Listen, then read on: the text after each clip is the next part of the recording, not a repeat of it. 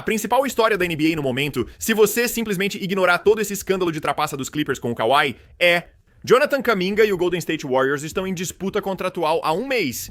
E é uma disputa que está travando tudo o que o Warriors está tentando ser para a próxima temporada. Já estamos em meados de setembro. Eles ainda não fecharam com Kuminga e só contam com 9 jogadores no elenco para o próximo ano por vários motivos. A situação do Kuminga trava o time deles. Finalmente, estamos recebendo algumas atualizações sobre o que aconteceu nos últimos meses e o que podemos esperar daqui pra frente. Agora, se você não sabe, Jonathan Kuminga é um agente livre e restrito, o que na NBA significa que, se quiser, ele pode sair e assinar um novo contrato com outro time. Mas os Warriors podem igualar qualquer contrato que ele assinar. Como já estamos em setembro, não há mais dinheiro na NBA para outros times oferecerem proposta para ele.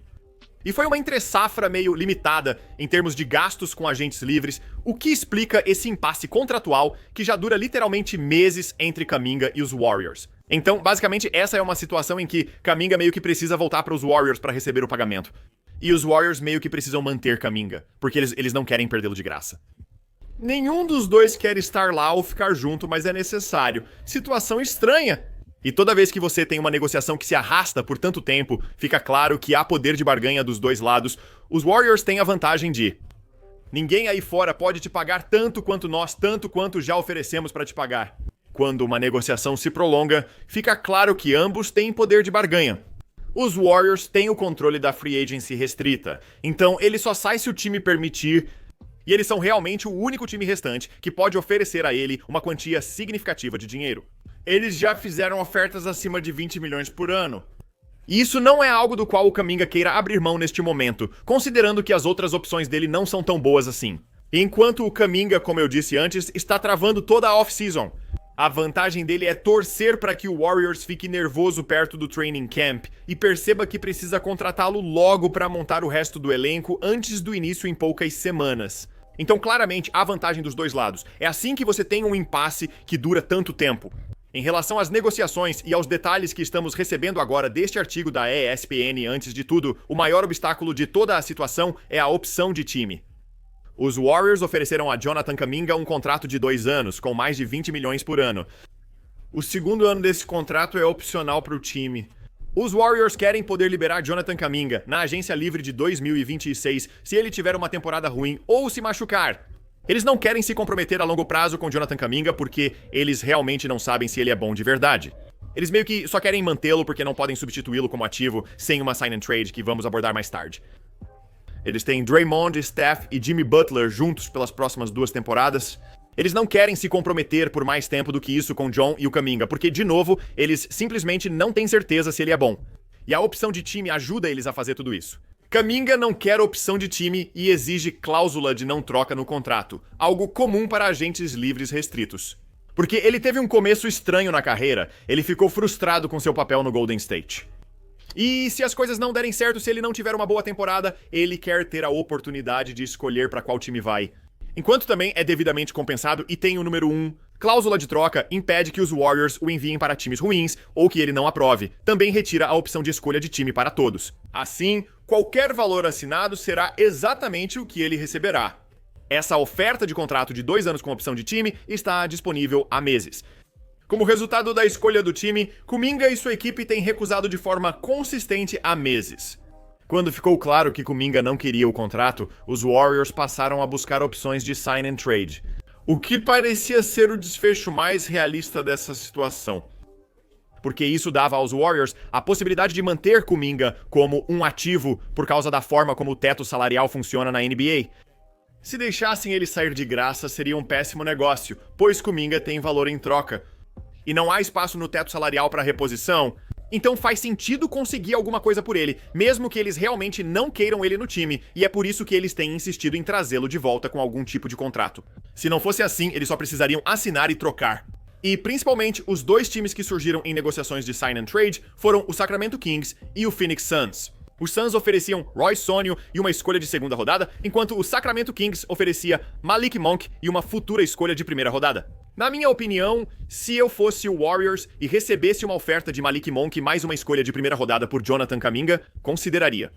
Eu não sei por que ainda estamos fazendo isso, por que ainda estou gravando esse vídeo, porque essa é uma situação que já dura até meados de setembro. Eu adoraria uma escolha de primeira rodada futura do Kings e não me importo com o Malik Monk. É como ter um ótimo pontuador vindo do banco, mais alguém que pode criar jogadas com a bola. Entendo que são jogadores diferentes, e com muitos no perímetro, falta um substituto para Kuminga no garrafão. Mas se as opções são esperar até meados de setembro, ainda não ter meu elenco finalizado, ainda não ter o Kuminga com contrato, ou 2 meses atrás trocá-lo pelo Malik Monk, e uma escolha de primeira rodada, eu com certeza fico com a opção de Sacramento. Então, está claro neste ponto que os Warriors, e isso também é relatado neste artigo, que desde meados de agosto, os Warriors simplesmente decidiram: nós não vamos fazer sign and trade. Não gostamos da oferta dos Suns, não gostamos da oferta dos Kings. Esses são os únicos 2 times que realmente estão comprometidos em tentar trazer o Kuminga. E também há uma certa incerteza em relação a se o Kuminga gostaria de ir para esses times. Apesar do fato de que ele basicamente recebeu a promessa de um papel de titular de destaque em cada um desses times, então, neste ponto, nós simplesmente eliminamos a possibilidade de sign and trade, o que significa que, depois de meses e meses e meses de negociações, Kuminga e os Warriors precisam encontrar uma maneira de chegar a um acordo de contrato, e existem algumas maneiras diferentes de fazer isso. Agora, Kuminga quer opção de jogador e os Warriors, de equipe. Parece que ambos vão ter que ceder em algum ponto no meio e dizer: ok, não vai ter opção nenhuma. Precisamos de um contrato de 2 ou 3 anos com valor menor para Kuminga ou maior para os Warriors. Seja qual for o caso, a opção não pode estar envolvida, Kuminga precisa se sentir devidamente compensado e os Warriors só precisam seguir em frente com a off-season deles. Eles devem achar uma forma de montar um elenco competitivo ou semi-competitivo para a próxima temporada, pois o training camp está próximo. Com isso, os Warriors deram a Kuminga um contrato sem opção de equipe. Foram 3 anos e 54 milhões de dólares, mas considerando o valor de mercado geral do Kuminga, esse número é definitivamente mais baixo.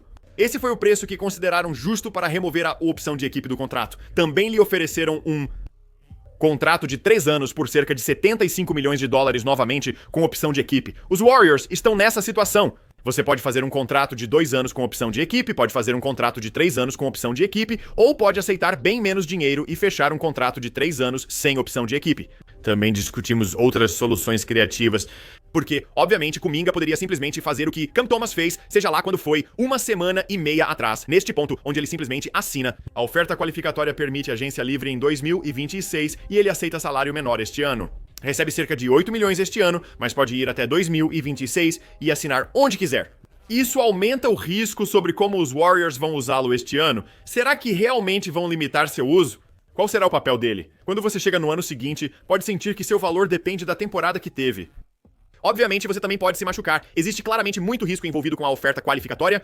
Então, outra solução que foi sugerida foi uma espécie de oferta semi-qualificatória, onde eles assinariam um contrato de 1 ano, que é basicamente o que seria a oferta qualificatória. Mas seria por um valor um pouco maior, um número mais alto, e também eliminaria algumas das restrições. Por exemplo, ele poderia ser trocado durante a temporada, solução que fazia sentido, mas os Warriors não se interessaram. Disseram: escolha já a opção de time e aceite menos dinheiro sem ela, ou fique com a oferta qualificatória. Os Warriors sabem que em breve Kuminga terá que assinar um contrato, e que agora tem mais poder de barganha que ele. Mas o que eu acho interessante é que quanto mais a gente se aproxima do training camp, mais essa balança começa a pender pro lado do Kuminga, começa a ir pro lado dele. Você não consegue montar seu time pelo teto salarial, porque você quer ficar abaixo desse valor, desse limite de impostos, desse, limite de luxury tax, e ainda quer montar o time com todos esses outros caras. Você quer adicionar DeAnthony Melton, quer adicionar qualquer outro grandalhão para o garrafão, porque você quer fazer todas essas coisas. Você tem que lidar com a situação do Kuminga primeiro, tem que saber qual é o valor dele e se ele simplesmente continuar se recusando a assinar. Então, os Warriors vão acabar entrando numa situação em que vão começar o training camp com 9 caras e isso simplesmente não é uma opção. Acho que esse artigo saiu hoje justamente por esse motivo. Por que publicariam isso do nada? Se isso não tivesse vazado por alguém, ou não fosse para colocar pressão em um time ou outro, em um lado ou outro, eu diria claramente que tem um interesse por trás dessa matéria. E isso nos dá uma ideia completa de exatamente onde está a situação do Kuminga. E está exatamente onde esteve nos últimos meses. Sem acordo, os Warriors encerraram as negociações de sign and trade, agora é esperar alguém ceder. E o ponto principal é, na verdade, a parte mais engraçada de tudo isso é que claramente é uma relação de conveniência. Os Warriors, na verdade, não querem Kuminga no time no ano que vem. Se pudessem trocar por alguém tão bom, fariam isso. Também não acho que Kuminga queira ficar nos Warriors. Ele quer um time onde tenha papel maior e seja novidade para a comissão técnica. Ele não tem estado feliz lá nos últimos anos, especialmente após os acontecimentos desta off-season.